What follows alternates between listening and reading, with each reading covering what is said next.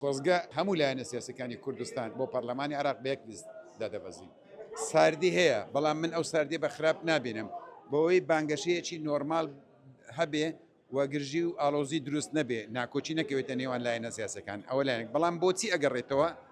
بەڕای خۆم یەکەم قەیرانێکی دارایی گەورە هەیە بەهۆی نەهاتنی موچە و ئەوانە خەڵکێکا بەگشتی بێتاقەتە خاڵ یەکەم. دوو بەهۆی ئەو گرژەی لە نێوان هەرێمی کوردستان و بەغدا هەیە، بەهۆی ئەو ناکۆچیە سیاسیانەی لە هەرێمی کوردستانیش لە نێوان لایەنە سیاسەکانی هەیە، پێکنێنانی حکوومەت، کارانەکردنی پەرلەمان، ئەوانە وای کردی خەڵکێکە ساردبی لەسەروی هەمانشەوە ڕەنگە لایەنە سیاسەکانیش بڕیاریاندابێ بە تایبەتی کەەوە بۆ عێراقە بۆ ئێرانیا بانگەشەیەکی نەرمتر بەڕێوە بن ڕەنگەوەش. من هیوادارم بانگەشەیەکی ئارام بکرێ، بەهێمنی بەڕێوە ببرێ و لەوەش زیاتر خۆزگە هەموو لایەنە سیاسەکانی کوردستان بۆ پەرلەمانی عێراق بە یەک لیست دادەبەزێت.